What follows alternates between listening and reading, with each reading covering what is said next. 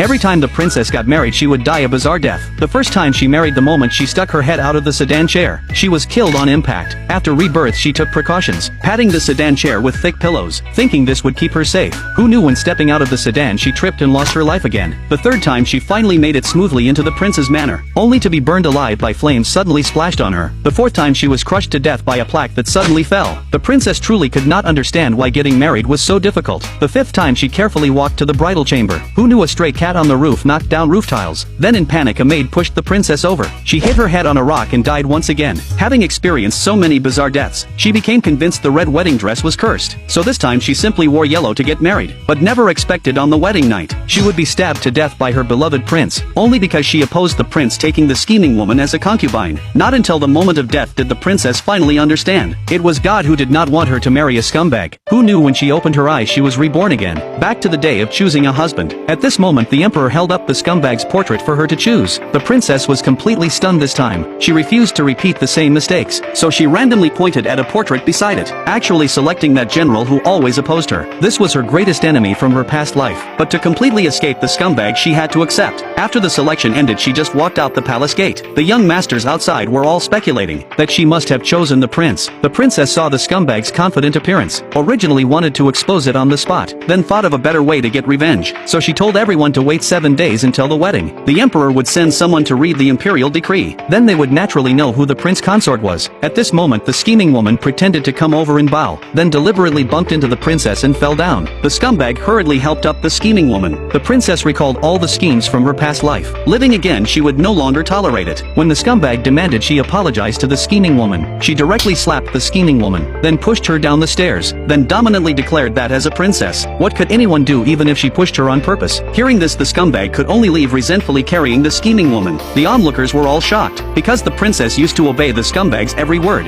At this moment the princess looked toward the general nearby, inviting him to be sure to attend the wedding in 7 days. Actually the general had always secretly loved the princess, but thought the princess's heart belonged to the scumbag, so he could only pretend not to care. At this moment the princess suddenly realized she had not prepared a love token for the general, so she hurried to a jewelry shop to select a pair of jade pendants, but then the scheming woman burst in with the scumbag and snatched them away, insisting she liked these jade pendants and wanted the scumbag to buy them. At this moment the scumbag boasted he would pay 5 times the price, then told his steward to return home to get the money. Before long the steward came running back in panic to report the prince's manor had no money left in the accounts. At this moment the scumbag was utterly shocked, but the princess had expected this all along, only because in her past life it was she who secretly subsidized the prince's manor. Otherwise the manor would have long gone bankrupt. Then the princess took the jade pendants and turned to leave. At this moment the scumbag comforted the scheming woman, convinced it was the princess's doing.